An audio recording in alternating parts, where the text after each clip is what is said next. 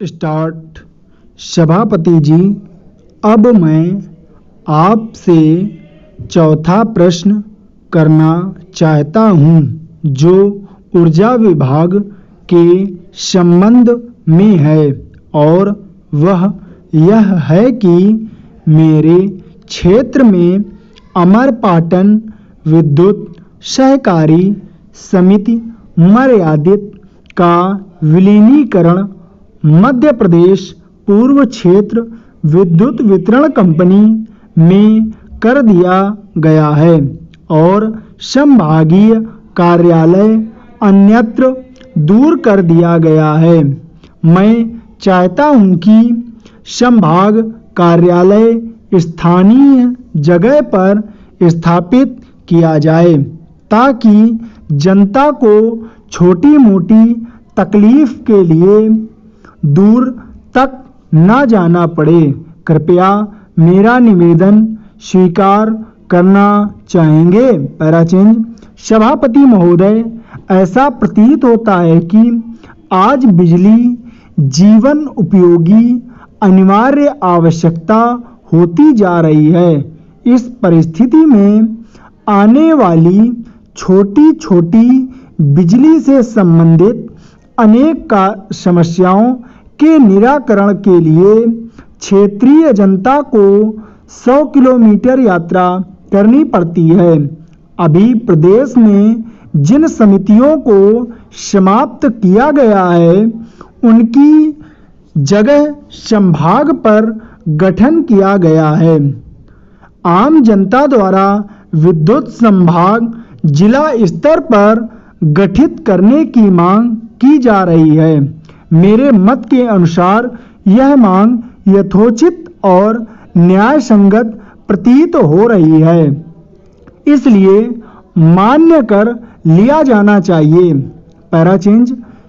माननीय सभापति महोदय, मेरा पांचवा सवाल यह है कि मेरी क्षेत्रीय तहसील के अंतर्गत सुबह 7 बजे गांव के समीप नाले से मिट्टी खोदने गए थे, जहां पर खदान धंसने के कारण मिट्टी में दबने से एक साथ एक ही परिवार के 3 लोग दर्दनाक मौत का शिकार हो गए थे।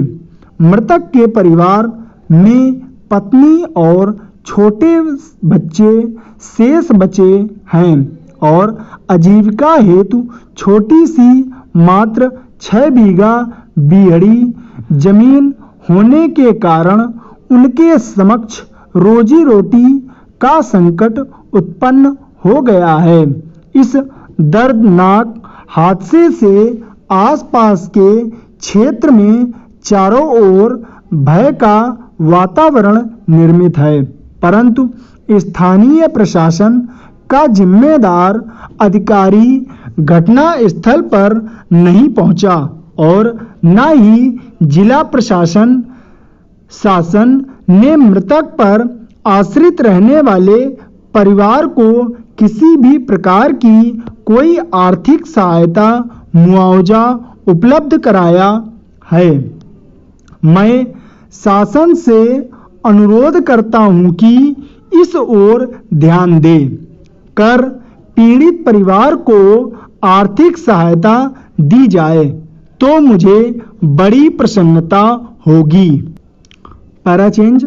आदरणीय, हमारे संविधान में समाजवाद, धर्मनिरपेक्षता, धन का समान वितरण एवं सामाजिक न्याय इत्यादि के लक्ष्य निर्धारित किए गए हैं। दूसरी ओर आज भी भारत जैसे विकासशील राष्ट्र के सामने गरीबी, भूखमरी, कुपोषण, बेकारी, निरक्षरता, बेरोजगारी जैसी समस्याएं गंभीर रूप से विद्यमान हैं।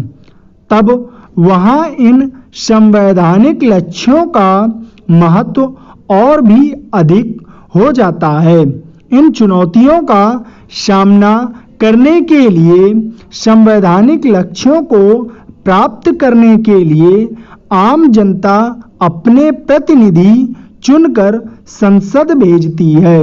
संसद जब इन गंभीर समस्याओं का समाधान करने के लिए कोई कानूनी कदम उठाती है तो न्यायपालिका मौजूदा संवैधानिक प्रावधानों के अंतर्गत अपनी समीक्षा शक्ति के बल पर इन कानूनों को अवैध घोषित कर देती है, तो उस समय बड़ी नाजुक स्थिति हो जाती है।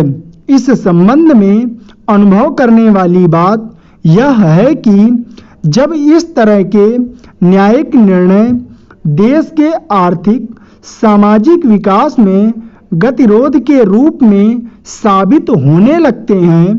पैराचेंज हमारे देश की लोकतांत्रिक शासन व्यवस्था में जन निर्वाचित निकाय संसद एवं विधानमंडल जन इच्छाओं को प्रतिबिंबित करते रहे हैं एवं जनमत तथा जनादेश के प्रति वचनबद्ध भी होते हैं। यहाँ प्रश्न उठता है कि जब जनाकांक्षाओं को प्रतिबिंबित करने वाली संसद द्वारा इन्हीं जन आकांक्षाओं की पूर्ति हेतु बनाए गए कानूनों को न्यायपालिका अवैध करार दे देती है, तब क्या न्यायपालिका की इस पुनरावलोकन शक्ति से जन आकांक्षाओं का अनादर नहीं होता है? ऐसा करने का उसे अधिकार है? क्या न्यायपालिका की शक्ति जनशक्ति से ऊपर है? हमारी मौजूदा प्रजातांत्रिक व्यवस्था में जनता सर्वोच्च है अथवा न्यायपालिका? जब सारी शक्ति का विश्वास था कि भारतीय राजनीतिक व्यवस्था में संसद जो कि जन निर्वाचित निकाय है उसकी भूमिका प्रथम होनी चाहिए और न्यायपालिका की भूमिका गौड़ राजनीतिक व्यवस्था और न्यायपालिका की व्यवस्था में संवैधानिक व्यवस्था करना संभव नहीं हो पाता है। इस बात पर हमको विचार करना चाहिए। स्टॉप।